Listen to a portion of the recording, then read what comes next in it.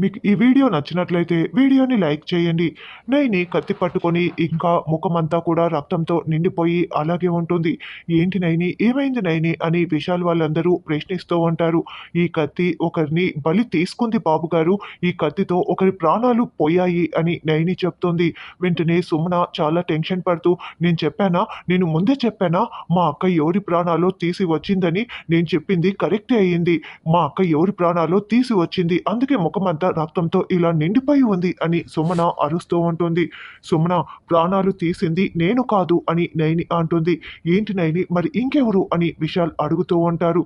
ఈ కత్తితో ప్రాణాలు తీసింది గాయత్రి అమ్మగారు బాబుగారు, నేను కాదు అని అనడంతో ఏంటి మా అమ్మ ఒకరి ప్రాణాలు తీసిందా అని విశాల్ చాలా షాకింగ్ గా అడుగుతూ ఉంటాడు.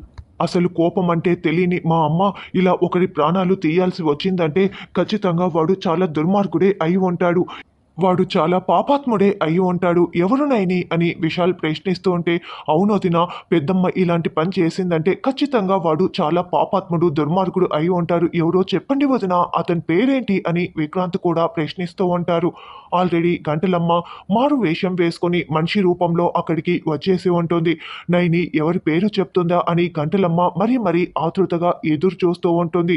గాయత్రి పాప ప్రాణాలని బలి తీసుకోవాలనుకున్న ఆ దుర్మార్గుడి ప్రాణాల్ని గాయత్రి అమ్మగారు తీశారు. ఆ దుర్మార్గుడి పేరు మరి ఏదో కాదు, రక్తపుంజి అని నైని చెప్పగానే గంటలమ్మ ఒక్కసారిగా స్పృహ కోల్పోతూ ఉంటుంది.